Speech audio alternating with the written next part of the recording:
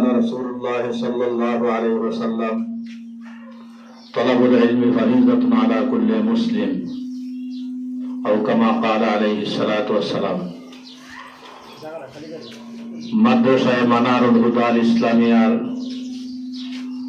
উপস্থিত হয়েছেন আজকের প্রধান অতিথি জনাব তানজিমুল মাদারিসুল কওমিয়া নরসিংদী সম্মানিত সভাপতি হযরত মাওলানা শওকত হোসেন সরকার, উপস্থিত রয়েছেন সম্মানিত উলামায়ে কেরাম।